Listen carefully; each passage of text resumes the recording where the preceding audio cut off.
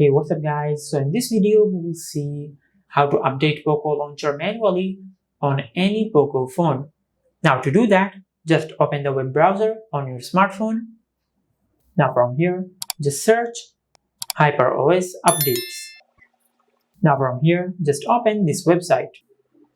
Now from here, just search Poco Launcher. Now from here, scroll down and tap on download. Now from here, scroll down and tap on generate download link. Now just wait 5 to 6 seconds and it will generate the download link. Now from here, tap on download anyway. Now from here, tap on open.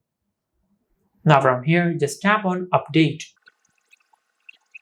Now from here, tap on open. Now, as you can see, this is how you can update the Poco Launcher manually on any Poco phone. If you found this video helpful, please like the video and subscribe to our channel and hit the bell icon to get notified when we upload a new video.